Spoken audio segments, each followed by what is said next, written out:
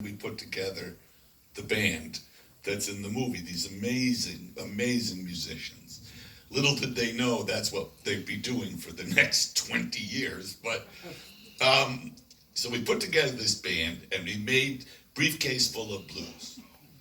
And partly as a novelty because they were comedians on Saturday, but for whatever reason, the album went double platinum and became, this is bizarre, the most successful rhythm and blues album of all time.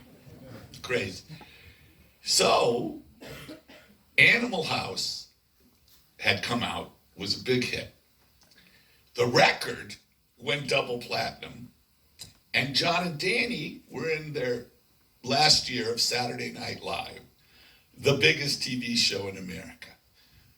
So Universal literally went, wait a minute, we have a development deal on that.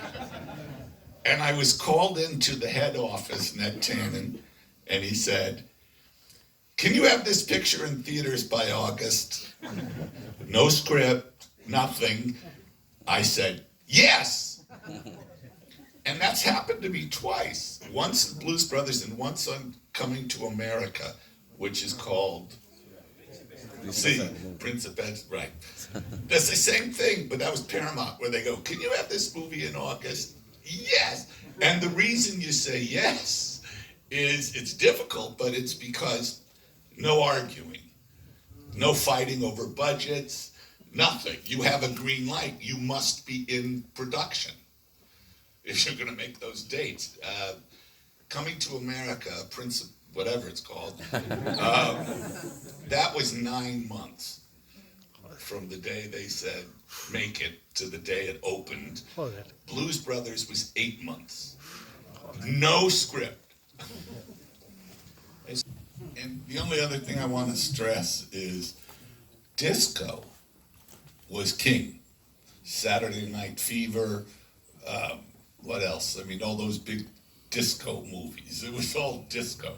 So much so that when we went to make the Blues Brothers, Universal Studios record company, which is Decca Records and MCA, didn't want the soundtrack. They said, who would buy this? So I made a deal with Atlantic Records.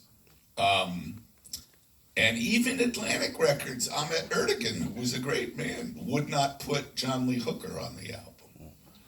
And his words were too old and too black. But I'm happy to say that album also went double or triple platinum, was hugely successful. And what the movie did, and I mean, the movie's nuts. I mean, I think the movie's just insane.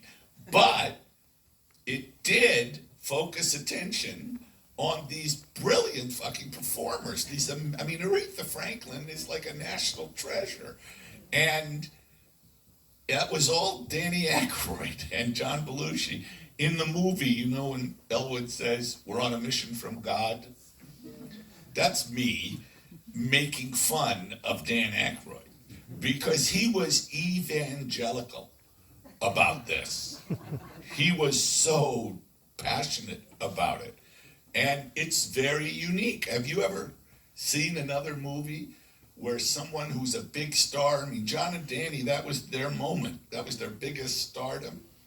And they use it to shine a light on other performers.